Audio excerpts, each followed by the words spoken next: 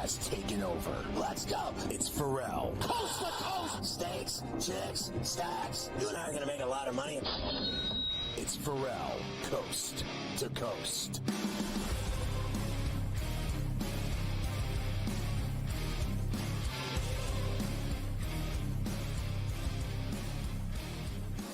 And we are back. Hour number 3. Ferrall Coast to Coast on a Thursday. Carver High and Joe Ranieri in for Scotty on SportsGrid and SportsGrid Radio. Great to have everybody with us here in the final hour. We've got a little bit more college football to do.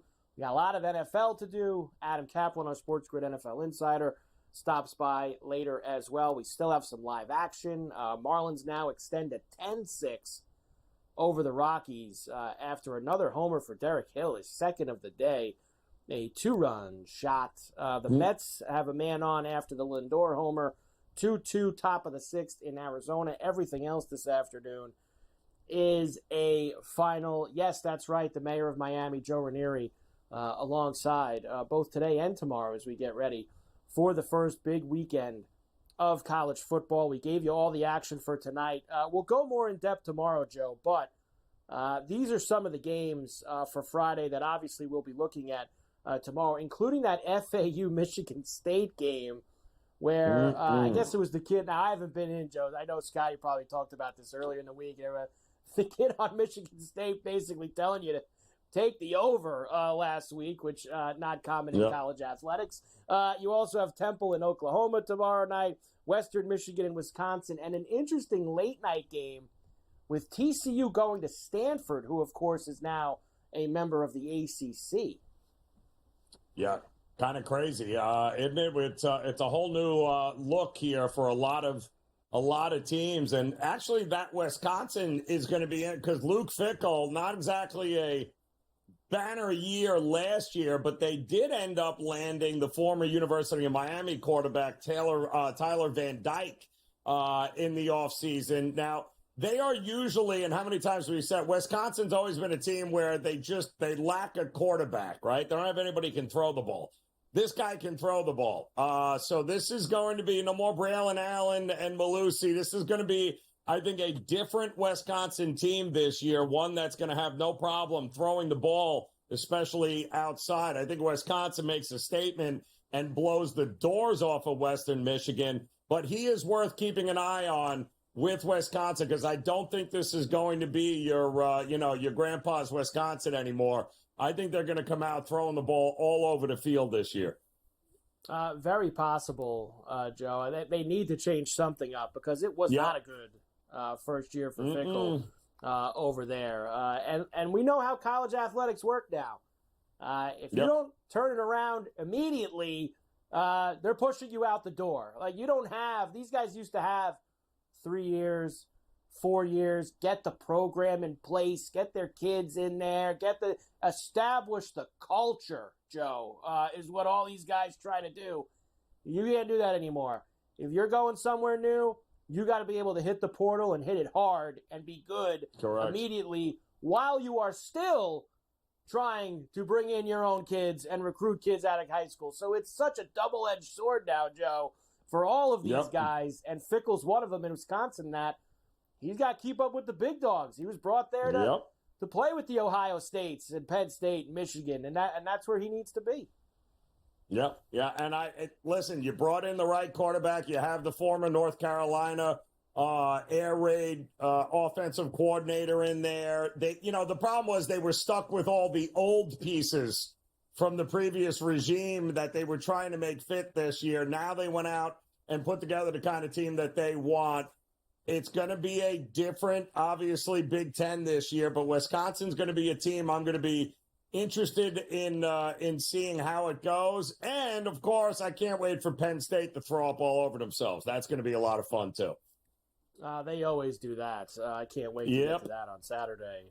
Penn State, although Saturday's like usually like a James Franklin flex special against a team that he's better than. That's a flex.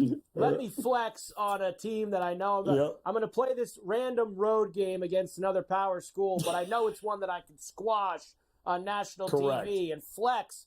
But when I actually play Ohio State and Michigan and everyone else, I have no shot. And I can't wait, Joe. I said this last week. The Penn State season, I can tell you what it is right now. They're going to go 10-2.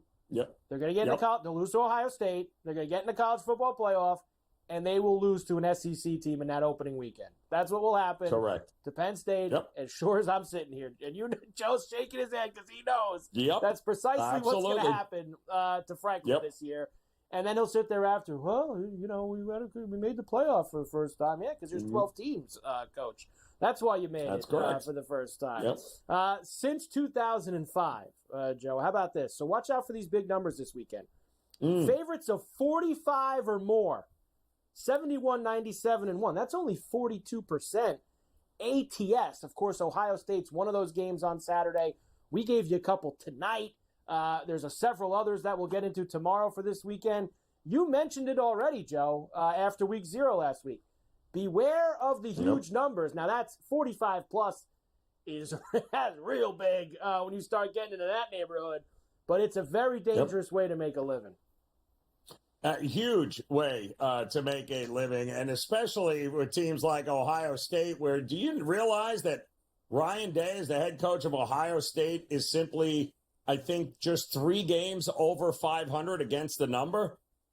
There is no more overblown team than Ohio State in the market, and they never cover numbers. In fact, that thing opened up at 50 and a half. It's already been bet down to the mid-40s now because I think people are starting to realize, wait a minute, Ryan Day, they never cover monster numbers, and they ain't covering this one either against Akron. So I'd be weary also, Garver, about the whole, well, a team played a game already, so they've got to be better than the team that hasn't played a game yet. We've got a number of those spots, too, and that doesn't necessarily work out. It's usually the team that has not played a game yet playing a team like Florida State or SMU or anybody that played in week 0. The team who had an extra week to prepare, that team is usually pretty good to back this week. They certainly are. Most bet games for this week. I got the most bet games, the most bet dogs, the most bet totals. The most bet games for this week. There it is. You see it. Of course, this Colorado, North Dakota State. That's because it's tonight. That's why everybody loves Dion. Notre Dame, Texas A&M, and Clemson and Georgia. I'm obviously excited, Joe, for the Notre Dame game on Saturday night on the road at College Station. But that Clemson and Georgia game, I'd like to see a little backbone out of Dabo and the crew, Joe, on Saturday afternoon to start things off. I'd like to see if we get that. I'm not so sure we do, though. Listen, I give him credit for booking this game, 3-4 years ago? I mean, kind of heady of you there, Dabo, to think that you were going to go, and which essentially what's going to be, let's face it, a home game for Georgia there at the Mercedes-Benz Dome. Although Clemson certainly does travel pretty well here, but I mean, this Clemson team, what happens if they get blown out here? Where do you go from here, Dabo? You have to win, or at the very least, keep this thing within the number. I mean, within one score. Otherwise, wow, Clemson, a lot of head scratching happening there. And if they win, well, they're off and running then, Clemson, and being overrated for the rest of the year. They certainly are, if that goes and happens. The most bet dogs are, remember, they played in Charlotte, a couple years ago, Joe, to start the season off, and Clemson couldn't move the ball to save their lives. Notre Dame, of course, the most bet underdog, because they are dogs now at Texas A&M. North Dakota State, these are money lines. And West Virginia, Joe, would we love to see that. West Virginia beating Penn State on Saturday afternoon. Wouldn't that be such a shame if it happened? I might have some of my money on that as well there. That also might very well be in Morgan. A little revenge spot for West Virginia. Yes. Trust me, James knew what he was doing last year at the end of that game in Happy Valley for all the boosters sitting in the seats covering that number. All right, Ferrall Coast to Coast. We'll come back. One more thing for college and lots of NFL. We're back on the grid after that.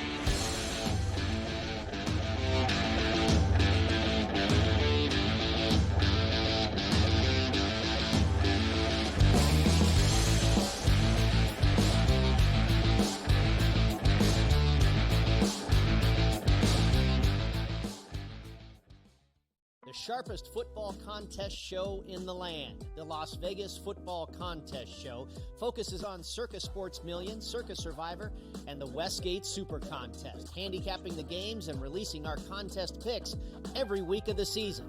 With two former Super Contest winners, Brady Cannon and James Salinas, a former NFL player, Mike Pritchard, and over $1 million in contest prize money won combined, the Las Vegas Football Contest Show will have you prepared this season like none other. Carlos Alcaraz has won the last two Grand Slam titles at the French Open on the clay and at Wimbledon earlier this summer. He enters as the favorite. You have a bunch of depth there. Francis Tiafoe, Ben Shelton. They will likely play in round three. The winner would play Djokovic, most likely, which would be an incredible match. I like Ben Shelton as a sleeper. If Djokovic is hurt, you never know. I think Shelton could actually be the guy that gets hot. The conditions favor him. The early line, only on SportsGrid. When you're really, really amazing like this, people kind of take it for granted. Same with Ohtani, right? People will sort of see, oh, Ohtani did this, Ohtani did that, and it sort of, becomes normalized a little bit. But to put in context, Aaron Judge joins the 1,000 hit club, reaches, gets it done. So earlier this month, he was the fastest player to reach 300 home runs ever. Sports Rage Late Night, only on SportsGrid. The leftover language would be the million shy of what Jefferson makes Jefferson a better player. If you want to believe that, I'm not sure I buy that he's that much better than CeeDee Lamb. Tony Pollard's gone. He's now with the Titans. I was with the Titans a couple weeks ago. He'll be their starting running back there. They're going a different direction in Dallas, but it's all about CeeDee Lamb right now, the first of the other deals that they have to get done. Ferrall Coast to Coast, only on SportsGrid.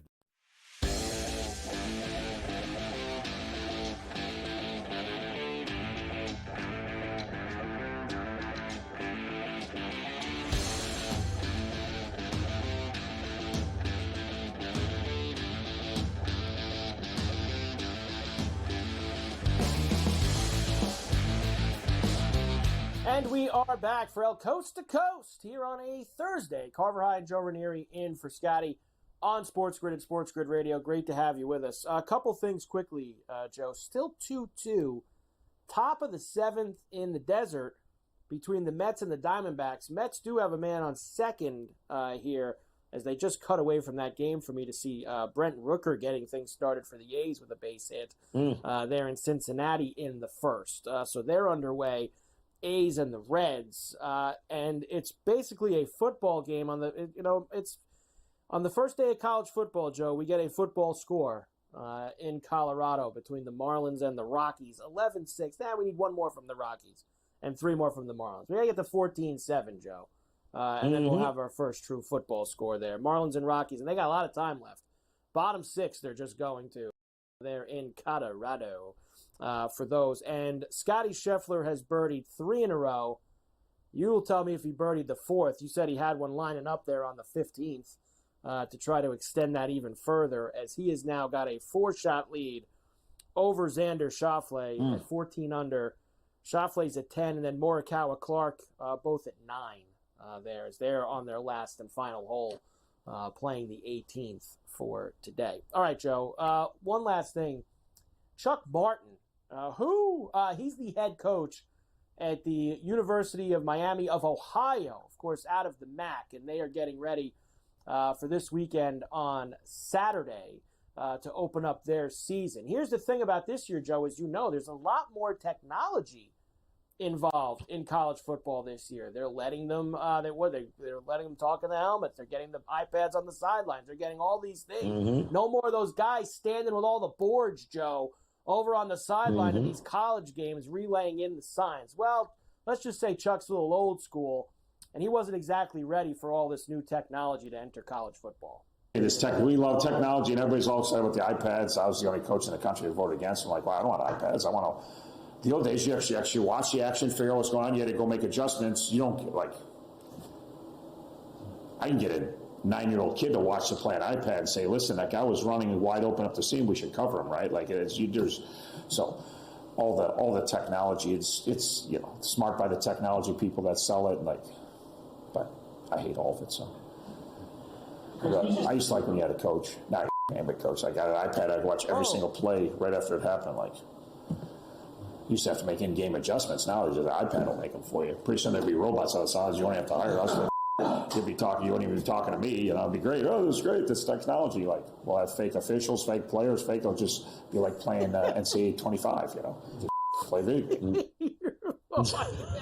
Chuck, getting involved with all the technology. Yes. They're at Northwestern on Saturday, Joe, by the way, to open up their season. Only getting 3, by the way, at Northwestern, where they built that little stadium on the sea with about 50 people that it's going to hold while they rebuild the regular football field.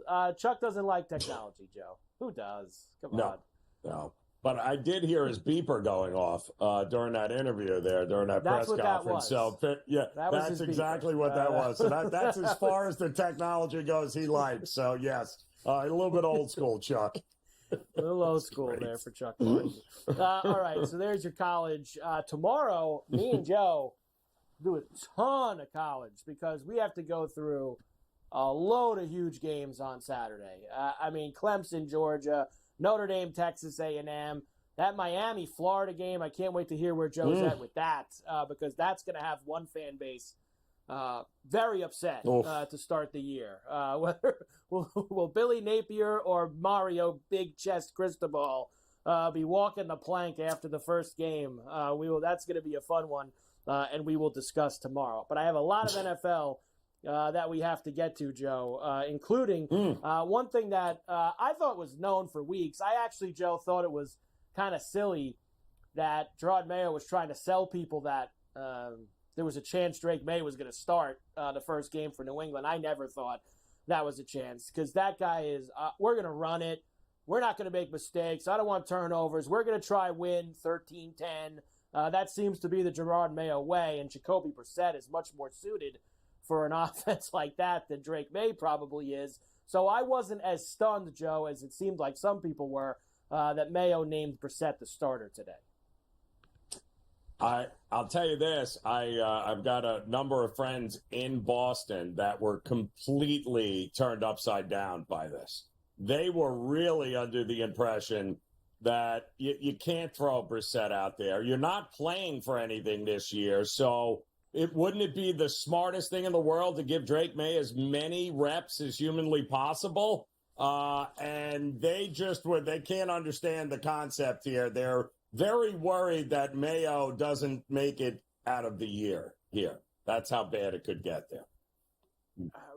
Doesn't make it out of the year. I mean, Joe, they first new coach they've had in 20-plus years. They're going to chop him after 1 year? I mean, come on. Yep. He's got to have a little bit more rope than that. He's got to have a little bit more rope than 1 year. I would never want to be the guy to follow Nick Saban or Belichick. No. Like, I don't want that job. I don't want it. But I feel like he's already also doing a lot of the things that get other Belichick disciples in trouble in terms of the way that he's going about business there. Now, look, all that matters is whether you're winning football games on Sunday.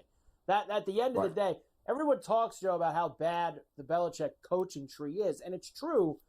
But I honestly don't think it's because they tried to be Bill or they tried to, be mean with the media or they tried to do that. I think it's just because their team sucked. And they just didn't get the job done. That's kind of what it comes down to. You win on Sunday or you don't.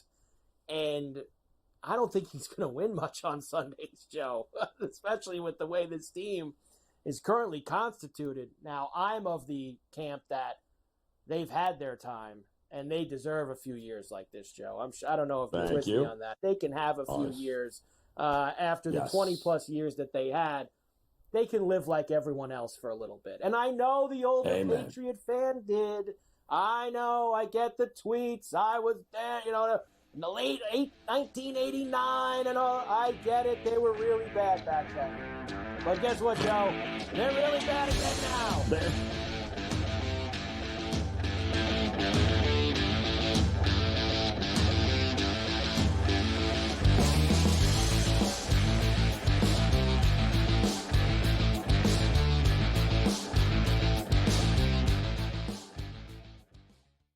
sharpest football contest show in the land. The Las Vegas Football Contest Show focuses on Circa Sports Million, Circa Survivor, and the Westgate Super Contest, handicapping the games and releasing our contest picks every week of the season.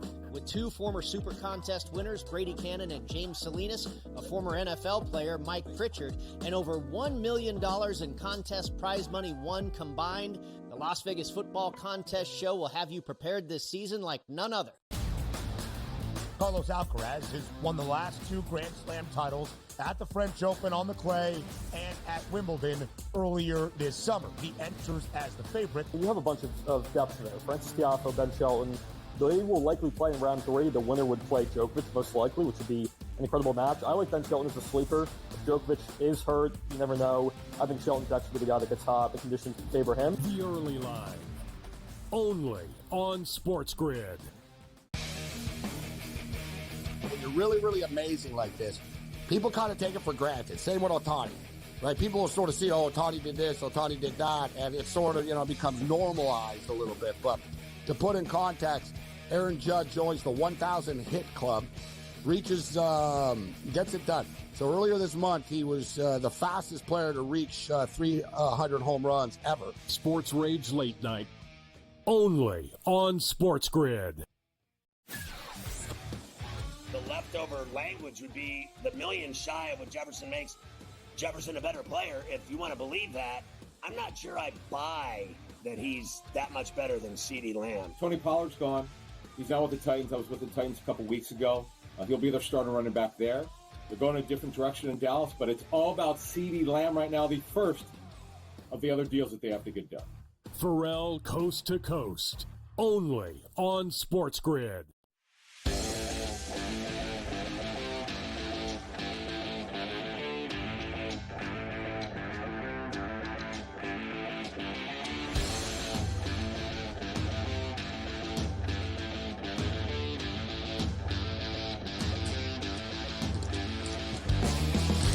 And we are back from coast to coast here on a Thursday. Carver High and Joe Ranieri in for Scotty on SportsGrid and SportsGrid Radio. Great to have everybody with us here today. All right, Joe, a few other things when it comes to the NFL.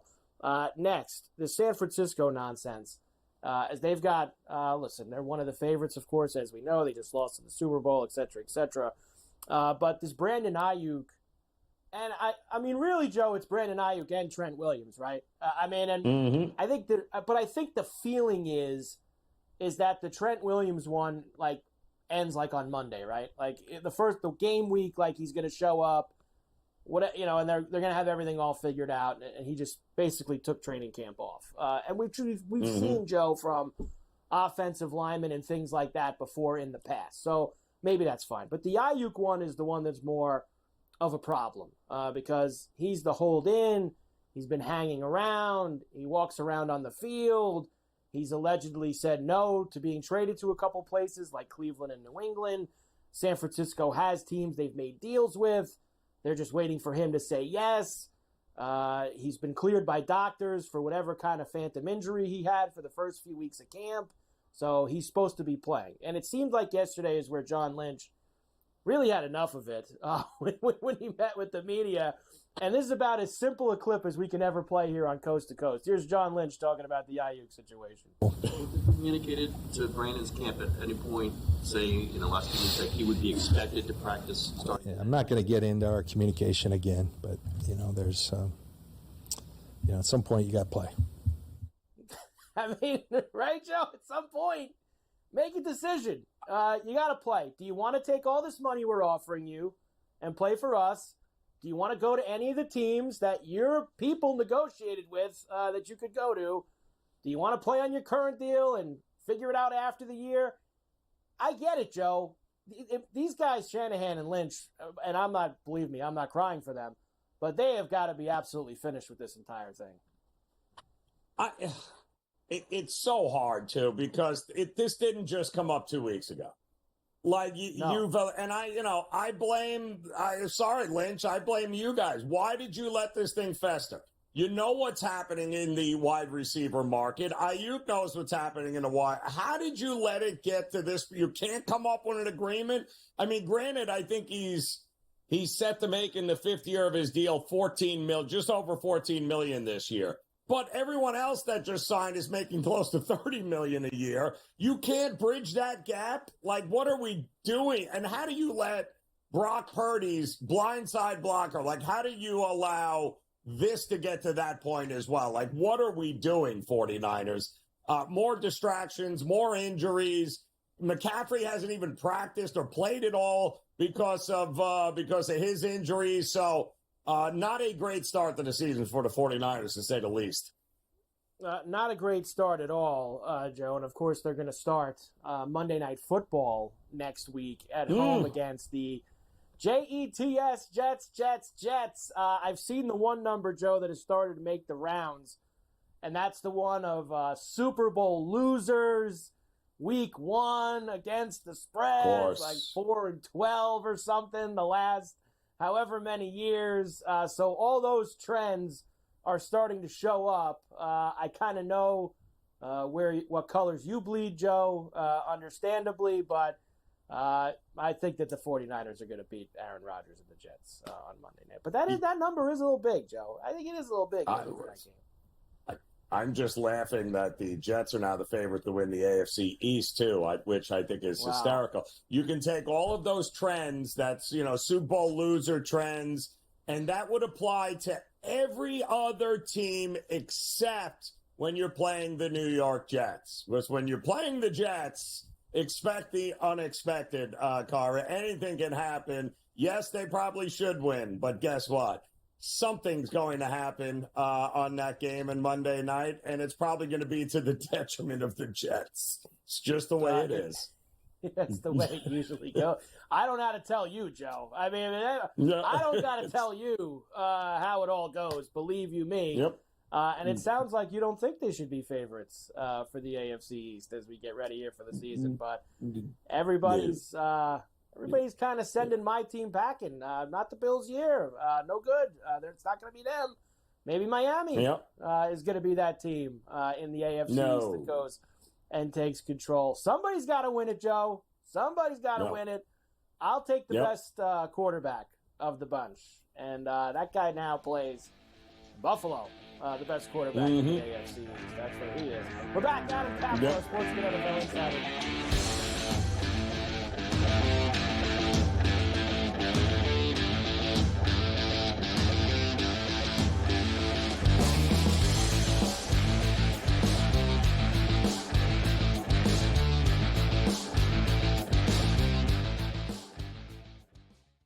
Sharpest football contest show in the land. The Las Vegas Football Contest Show focuses on Circus Sports Million, Circus Survivor, and the Westgate Super Contest, handicapping the games and releasing our contest picks every week of the season. With 2 former Super Contest winners, Brady Cannon and James Salinas, a former NFL player, Mike Pritchard, and over $1 million in contest prize money won combined, the Las Vegas Football Contest Show will have you prepared this season like none other. Carlos Alcaraz has won the last 2 Grand Slam titles at the French Open on the clay and at Wimbledon earlier this summer. He enters as the favorite. You have a bunch of depth there. Francis Tiafoe, Ben Shelton. They will likely play in round 3. The winner would play Djokovic, most likely, which would be an incredible match. I like Ben Shelton as a sleeper. If Djokovic is hurt, you never know. I think Shelton's actually the guy that gets hot. The conditions favor him. The early line, only on SportsGrid. When you're really, really amazing like this, people kind of take it for granted. Same with Ohtani, right? People will sort of see, Ohtani did this, Ohtani did that, and it sort of, becomes normalized a little bit. But to put in context, Aaron Judge joins the 1,000 hit club, reaches, gets it done. So earlier this month, he was the fastest player to reach 300 home runs ever. Sports Rage Late Night, only on SportsGrid. The leftover language would be the million shy of what Jefferson makes Jefferson a better player. If you want to believe that, I'm not sure I buy that he's that much better than CeeDee Lamb. Tony Pollard's gone. He's now with the Titans. I was with the Titans a couple weeks ago. He'll be their starting running back there. They're going a different direction in Dallas, but it's all about CeeDee Lamb right now, the first of the other deals that they have to get done. Ferrall Coast to Coast, only on SportsGrid.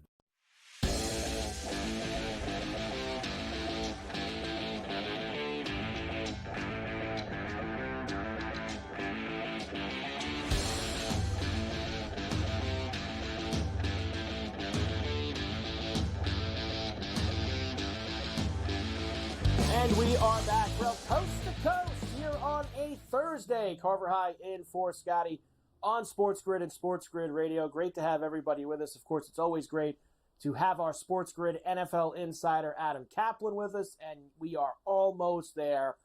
1 week from tonight, That's right. the NFL season will kick off in Kansas City between the Ravens and the Chiefs. This is the last, as Adam just said, the last dead week before we really get things cooking. But the beginning of this week, Adam, is very busy. I know that going into Labor Day weekend, it's not, unless of course you're probably John Lynch and Kyle Shanahan in San Francisco. But you had you had plenty of activity with everybody getting their rosters cut down to 53 and filling up those practice squads earlier this week. Yeah, look, Tuesday and Wednesday, the cut down to 53 was at 4 p.m. Eastern on Tuesday. Practice squads on Wednesday. There rarely are shockers or some real surprises. What happens is a lot of teams who know they're not going to keep certain veterans, they try to trade them. For instance, the Broncos were shopping Tim Patrick, veteran receiver, who's a pretty good player, by the way. But unfortunately, he's had 2 major lower body injuries, and he wound up being released. He signed with the Lions practice squad. Allen Robinson, I kind of knew this. He wasn't going to make it with the Giants. He moved on, I believe, to the Lions practice squad. In fact, I talked to Allen. I ran into him at the Radio Row at the Combine, and Allen said he's going to go into broadcasting. He actually did some work for us at SiriusXM NFL Radio. But the bottom line is, Mike, as you know, at this time of year, it's just kind of like failed draft picks, veteran players. And then what happens is, though, these guys that get cut, sometimes they go into better situations, like Noah Brown, right? Noah Brown, a veteran receiver, you might remember from Dallas as a former 7th-round pick. He really did a good job for the Texans. They re-signed him on a 1-year deal. He gets cut, so he goes to Washington's practice squad. They have, no depth at receiver. He should be called up fairly soon. He might be able to get in the rotation very quickly. And your guy, Robert Woods, the former Bills receiver, who was a pretty good player early in his career when he was drafted by the Bills. He actually made the Texans roster. I thought he might be the guy who would go. But not a lot of shockers. And as you mentioned, practice squads fill up with a lot of veterans. I thought that, by the way, we should mention this. And I know people will criticize some players on the Bills practice squad, but if you look at the former high-round draft picks and veteran-proven players who are kind of on their way down, I like what the Bills did. They have guys who are clearly going to be on their active roster at some point. And I think that's why, for a team like them, who, as we discussed last week, Adam, is in kind of a transition right now. They're not, rebuilding. They're transitioning into a next stage of Josh Allen. Having some veteran guys on your practice squad is very helpful because you're trying to build up young guys on your actual roster. So if things aren't going well, you at least have some depth there on the practice squad that you can go to. There was also some trades of note that did take place earlier this week, including, and you thought that the Tennessee Titans were going to have to move one of their quarterbacks out, and it ends up being Malik Willis. Yeah, and look, what I find interesting is, and it's going to be fascinating, the Titans, yes, they moved Malik Willis. He had no chance to make it. I was with the Titans 2 weeks ago. It was already a fait accompli that Mason Rudolph was going to be the number 2 quarterback. The only question would be is, could they find a home for Malik Willis? They did. They got a 7th-round pick to the Packers. Now, the Packers, what they did is they cleared out 2 quarterbacks. Sean Clifford, who was a Penn State quarterback. I met Sean at the Super Bowl at Radio Row, where we were set up at SportsGrid. And Sean he cleared waivers. He's going to be in the practice squad. Now, you have to remember, Malik Willis is kind of in a new offense here. Yes, Tennessee ran a West Coast scheme, and so do the Packers, but he's got to learn it the way that they do it. And the Packers are grooming Malik Willis to be their number 2 quarterback. This is going to take some time. He's got a lot of skill, though. He could run. He's got a big arm. He's kind of a smaller quarterback, not very accurate. But this is kind of a new look for their backup quarterback position there in Green Bay. I thought that was kind of one of the interesting trades. And then, Ernest Jones, this is kind of a big deal this week. Ernest Jones made it clear he wanted an extension. The Rams could not reach a deal. And I got the feeling that they didn't think that it was going to work out for him there. And so they traded him to the Titans, who they lost a rookie inside linebacker, a Chance Campbell for the season due to a torn ACL. And talking to the Titans, man, when I was there at training camp, they love this kid. But he blew out his knee, and he won't be able to play this season. And they were really light at inside backer.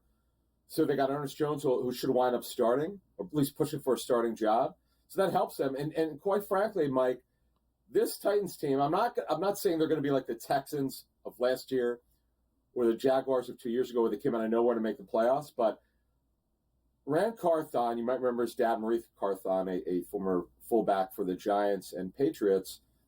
Carthon's done a phenomenal job in terms of addressing every possible need he could. You can't get every need done in one offseason, but he addressed as many as he could.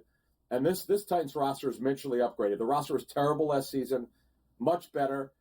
They're a team that I like to go over their total. Their win total 6.5, Mike. I actually like that. They're going to be better than people think.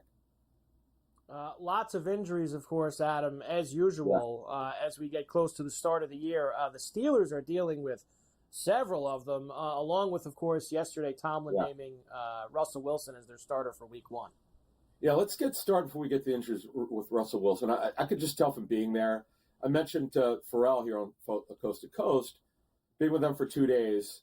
You just see the difference and the calming influence that Russell Wilson has around the football team. He's willing to make tough throws where Justin Fields doesn't really process all that well. Really good athlete. And what you're going to see with Justin Fields is they're going to use him potentially in third down and short, sort of a change-up quarterback, maybe runs certain formations. This will give the defense something else to think about. And we've seen this before with Arthur Smith, with Marcus Mariota, when Mariota and Smith worked together in Atlanta. But bottom line is Russell Wilson's going to be the starter Week 1 and probably going forward for a while. Now, at some point, if Russell Wilson isn't playing well or they're eliminated from the playoffs late in the season, that's certainly when you can see Justin Fields take over. But updating some injury situations, let's get to their offensive line, which might, when they face those Falcons in Week 1 in Atlanta, a week from this Sunday, they've got a lot of injuries. Fatanu, their first-round pick right tackle, has got an MCL sprain. He started working this week. They're pretty hopeful he'll be able to play. But you don't like that a rookie misses part of training camp. That worries me a little bit. When you look at the interior of their offensive line, this is a problem. They just lost one of their guards due to a pectoral strain. That worries me. Nate Herbig, his brother Nick, who's on defense, Nate's out for the season with that torn rotator cuff. So that worries me. Isaac Seumalo, who I was talking about, former Eagles offensive lineman, who was the highest graded offensive lineman, I'm told, from last season. He's the guy who's got the pectoral strain. So they're down in depth, certainly on the offensive line. Broderick Jones didn't play well, their first-round pick from last season. So they got to get that going. I'm told with Rowan Wilson. So that lingering ankle injury, I'm told we could update this. This is actually a high ankle sprain. That's why he's not back yet. He's working very limited this week. It's going to be touch and go whether he could be available for Week 1 against Atlanta. But look for Van Jefferson, another former Atlanta Falcon, and a former second-round pick for the Rams some years ago. He should be able to start Week 1. He had a great training camp. That's why he made it. I'm told they love his veteran influence. He almost certainly will start Week 1, and they'll work Roman Wilson in when he's ready to go. But they're really banged up. That does worry me for Week 1. You're in Atlanta where it's going to be loud. That worries me with communication with the offensive line. And let's not forget, Mike, Russell Wilson is a new starting quarterback with these guys. That does worry me for that Week 1 matchup. It should. I got under a minute, Adam. We played a clip of John Lynch before from yesterday. I heard that. And I think the word that you could say is he looks finished with this entire thing and just wants it to be over and wants Ayuk to make a decision. He does, and he does. And what you have to understand is Ricky Pearsall, the first-round receiver. You might remember he had a hamstring injury in the offseason. I'm told that's fine. The shoulder problem's lingering. He can't take contact in that shoulder. They're very light at receiver right now with that Ayuk. Even if he starts practicing next week, Mike, he hasn't practiced in months. You don't know kind of game shape he's in. They know what kind of shape he's in, physical shape, because he's in their building. But he's not practicing, Mike, where there are indications he might practice this week. That's not good. Unbelievable. Adam, we're almost there. 1 week away from the start of the NFL season. Adam Kaplan, our NFL insider, here on the Grid. We're back after this.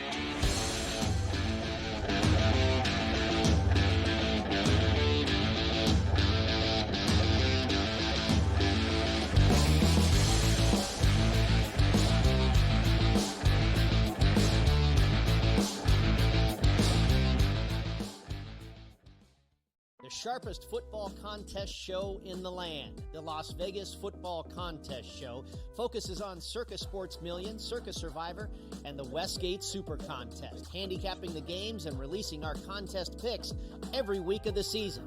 with 2 former Super Contest winners, Brady Cannon and James Salinas, a former NFL player, Mike Pritchard, and over $1 million in contest prize money won combined.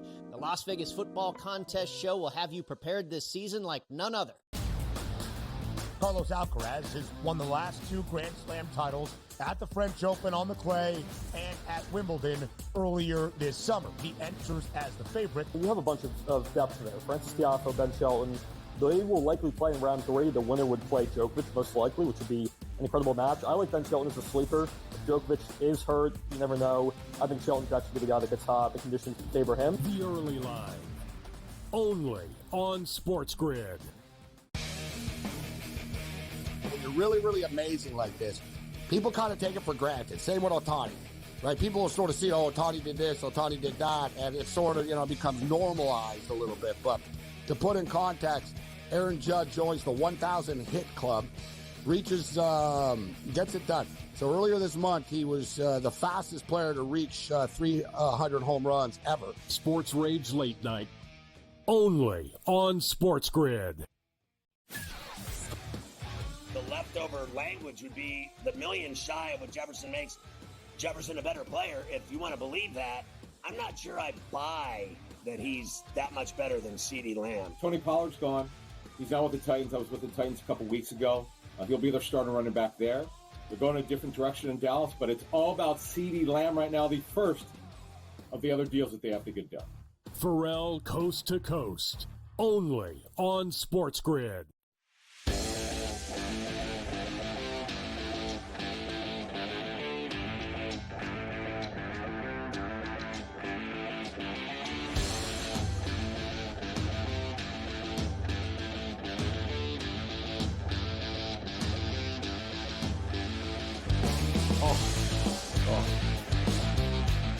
And we are back. Ferrall Coast to Coast on a Thursday. Carver High and Joe Ranieri in for Scotty on SportsGrid and SportsGrid Radio. Great to have everybody with us here today. A couple things, Joe. Xander with another bogey drops him back to 9 under, which means a full 5-shot lead for Scotty Scheffler. Now, remember, he started with a 2-shot lead. Oh, is it 6 now? Did he get to 15? Yeah. He's about to 15. Yeah. Well, he just PGA drilled another one. PGA Tour app doesn't update. So he's basically wants to leave no doubt this weekend at East Lake for who's going to get the FedEx Cup trophy. And more importantly, Joe, the cool, I think it's $15 million that goes along with it on Sunday. So Scotty wants to leave no doubt. Got to buy a new wing in the house for the new kid. So he's going to be able to do all of that after he gets finished this weekend. Morikawa, by the way, if you played that first-round leader, me and Cam talked about this. Morikawa, Scott, Pendrith, Justin Thomas, and Aaron Rai are all 5 under, but now Scheffler's 5 under for the day, too, and he's got, I guess, one more hole, right, Joe? He going to 18 now. So all those other guys are in the barn. So if you're looking for that 5-way dead heat, 6-way dead heat to stay alive for you, you need Scheffler to at least par, because if he birdies, everyone gets the Scotty money for not only the strokes, but the straight-up first-round leader for today. So quite the day for Scotty Scheffler out there. Oof. And by the way, Joe, the Butler does it for Oakland. Lawrence Butler with a homer out there in Cincinnati to get us cooking, which we really like to see, to get us going with the Taters. 4-0 A's. Mets and Diamondbacks still 2-2.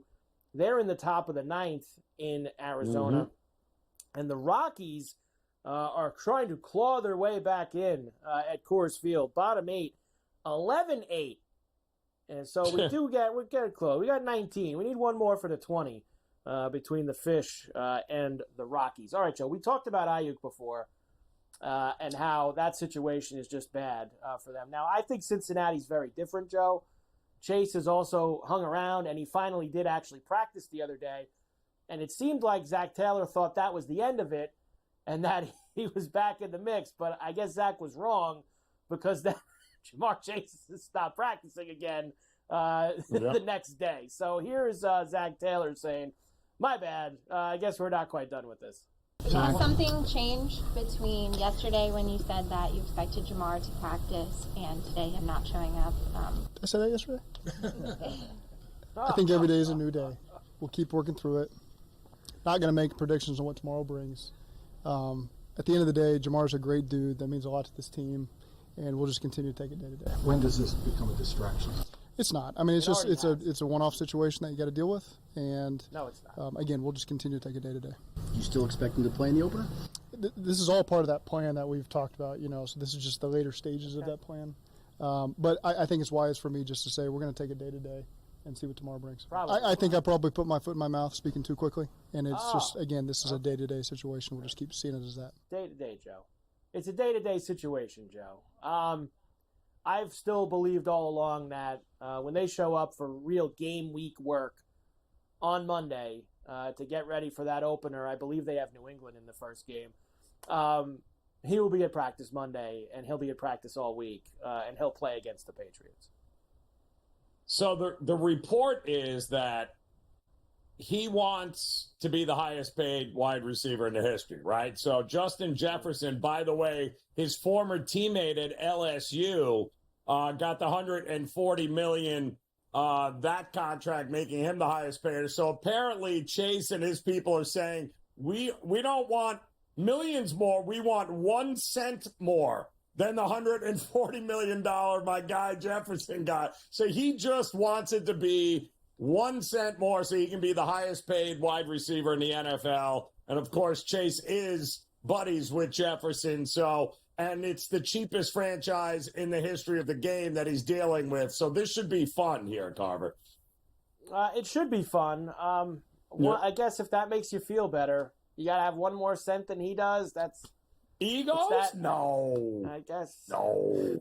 I guess that's how it goes sometimes, Joe. It's amazing. I'm going to pass on Tomlin making Russell Wilson the starter. We play Tomlin all the time, and as you know, he's very happy to have Russell Wilson. I do want to play you Joe Shane, though. Of course, the New York Giant reporters went and asked John Mara about this season, and he expects major improvement from the Giants after last year. So, of course, what did they do, Joe? They ran to Joe Shane and said, the owner expects massive improvement. What does that mean? John Mara talked earlier to us in camp. He said, I want to see significant improvement. So how do you measure that? What does that look like to you this season? Yeah, you guys asked him. You guys had a chance to talk to him. That's he said significant improvement. So you guys talked to the most important person. What does that mean to you? Did you guys have conversations? Yeah, again, Dave's not going to approach his job without not saying we want to go out and win. I mean, that's what we're here for. That's why we work our tails off. That's why we were here all night last night doing the waiver cut down. That's why we're out all spring on pro days. That's why we do all the work, not to come up here and not win games. So that's always going to be the goal. I mean, I don't understand. I get the question, but the goal is to win games always. Seems like he didn't really want to answer it, Joe. It seems like he wasn't really thrilled with the question.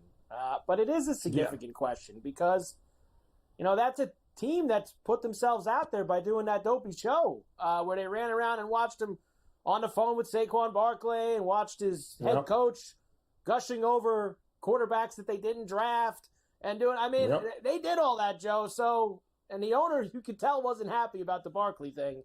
So he better do well because that could be the guy who gets chopped. Maybe they both get chopped if things go bad again this year. How does it get any better when you made the decision to invest in Danny? I don't know how this gets any better anytime soon here. I mean, that's the problem. It can, and in the worst market in the world to be that terrible in. And especially if the Jets win games. And especially when you have a guy sitting out there as old as he is, and if there's one team he always has wanted to coach in the NFL, it's the New York Giants, and that's Bill Belichick. Sitting out there, his love for that franchise. He would do it in a heartbeat. There's a lot of pressure on those two guys to get things done this year.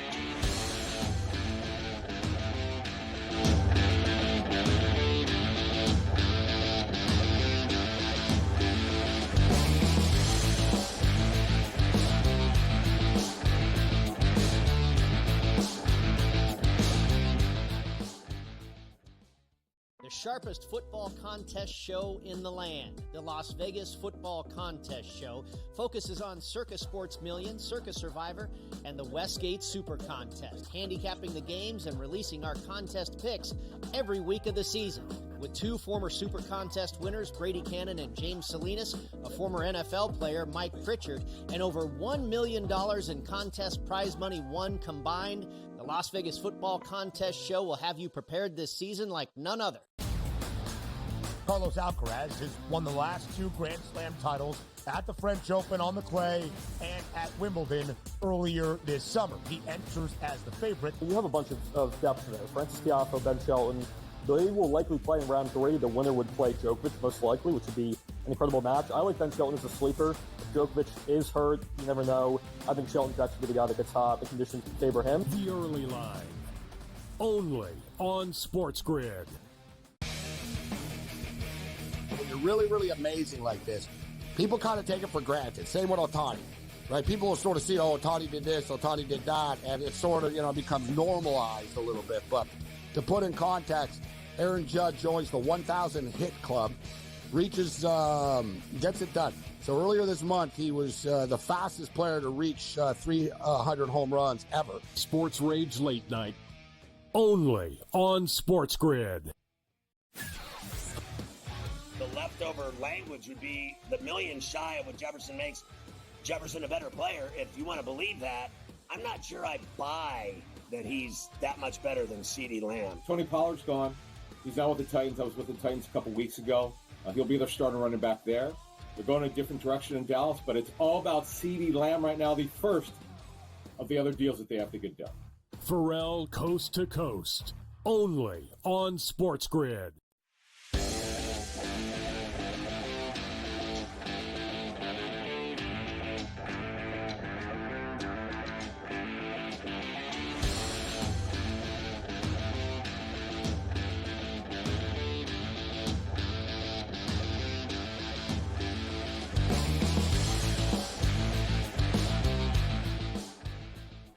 And we are back, Ferrall, Coast to Coast here on a Thursday. Carver High and Joe Ranieri in for Scotty on SportsGrid and SportsGrid Radio. Joe's going to be back again with me tomorrow as we get you set for a huge college football Friday on C2C. I mean, we will go through it all, pillar to post, everything on Saturday. First huge slate of the year. We've got a game Sunday night. We've got a game Monday night. We've got a lot of college football to get to. And, of course, because it's Friday, we'll also have everyone playing in MLB, right? I mean, it's Friday. Everybody's in action, so we'll have a huge baseball slate and lots of NFL news as well. Okay, Joe, one or two other things before we get out of here. Did you see this report about Brady with his job with Fox, and because he's putting in to be, own whatever percentage of the Raiders that he's going to own, that there's going to be restrictions on him in terms of him doing his job with Fox? Now, this is interesting, Joe. I love stuff like this with television, who's calling the games, I get all mixed up in this stuff. How can the guy do the job right if it's the first time he's doing it and he can't go in the meeting with all the coaches and the players? He can't get access to this. He can't get, because he's an owner technically of another team. It seems to me, Joe, like the NFL is kind of saying, you're gonna have to pick one because it's going to be real hard for you to do this if you also want to do that. Kudos to the NFL. I mean, honestly, because it's kind of ridiculous. Like, what are you doing, dude? Like, why are you on? Either you want to embark on a TV post-career or you want to be ownership. Like, one or the other, Carver. I mean, it's so unique and so ridiculous because, very few people would ever be in a position to do this. But I think Peyton, made a decision, didn't he? So, why don't you make the decision here one way or the other? I don't blame the NFL for making life difficult for him. I really don't. I don't either, Joe. And I will tell you, that job's hard to be the number one analyst for the biggest game every week that everyone's got their eyes on. And if you got, not everything in front of you to be able to do it, and you've never done it before to begin with, it's going to be even more difficult. So I think you're right. Smart by them to push them one way or the other. The Falcons traded Taylor Heineke to the Chargers. I think the Chargers needed that, Joe, because I think East and Stick wouldn't have cut it exactly for a guy who gets hurt a lot suddenly in Justin Herbert. So they needed to have somebody who was a little bit more capable, I guess you could say, if Herbert got hurt, especially earlier in the year. Easton Stick, I will miss him, Joe, because he was so much fun to watch at the end of last season when Herbert was hurt down the stretch. Yes. Imagine having Easton Stick as your backup. We are 1 week away. The Ravens and the Chiefs, Joe, a week from tonight in Arrowhead to get the NFL season going. I know you are extremely excited for this. It is still -3 for Kansas City with the 46.5 total. We are almost there, Joe. Almost. Cannot wait. This game is going to be epic. It's probably going to be a dead under and might be Snooze Fest USA here, what we're going to get. I'm going to be interested the first couple of weeks with some of these teams like Baltimore and Kansas City. We get all excited for months and months and months, and then you get 16-13 to start the NFL season. It just comes at you fast. It certainly does. Yep.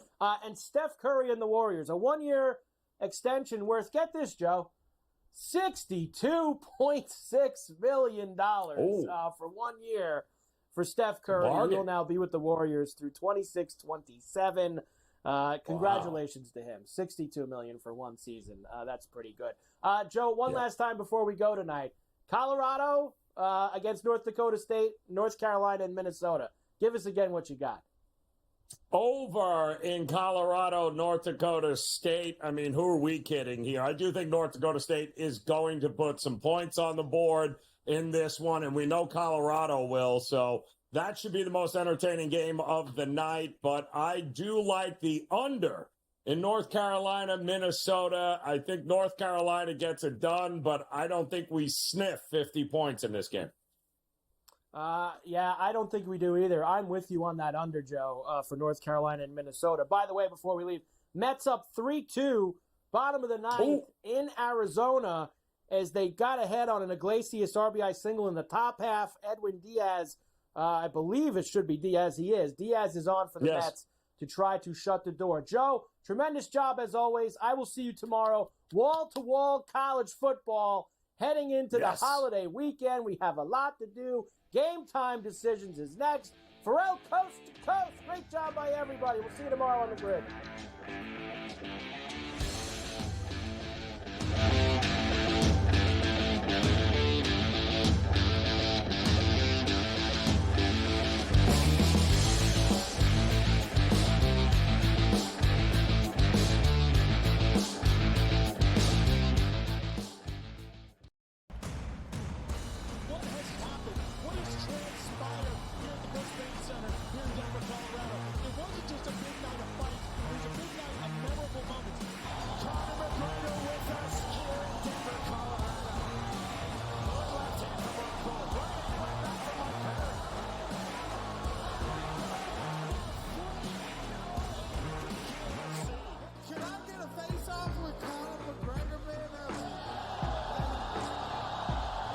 It's an incredible setup here, incredible matchmaking, incredible storytelling. Oh, you had to come here. All these fighters that step in here are warriors, and all have my respect. And I'm into this game, yeah. We'll be into this, yeah.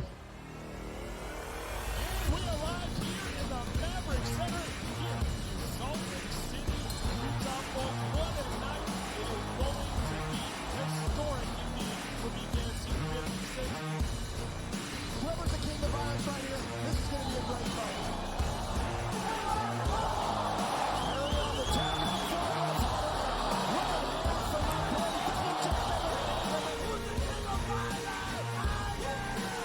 Combat fighting in its purest form, bare knuckle fighting in the city of angels.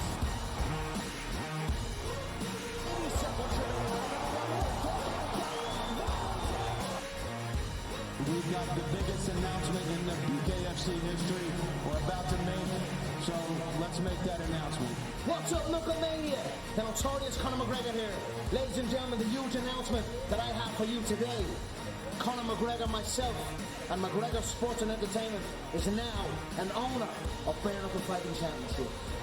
Welcome to the big leagues. David Feldman, baby, we did it. He's now an owner of BKFC with us, and we're going to take this motherfucking thing all the way to the